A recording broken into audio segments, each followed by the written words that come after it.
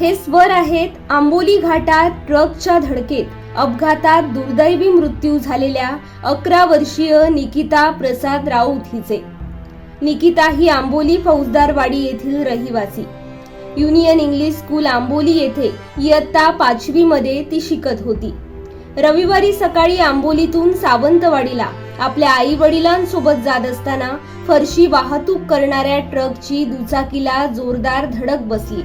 या अपघातात निकिता जागीच ठार झाली तर तिची आई जखमी झाली आहे। दुचाकीला धडक देऊन पलायन करण्याच्या प्रयत्नात असलेला ट्रक काही अंतरावर जाऊन पलटी झाला।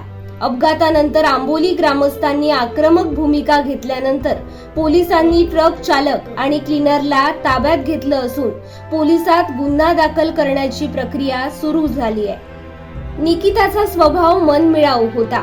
वक्तृत्व, गायन यामध्ये ती नेहमी उत्साहानं भाग घ्यायची।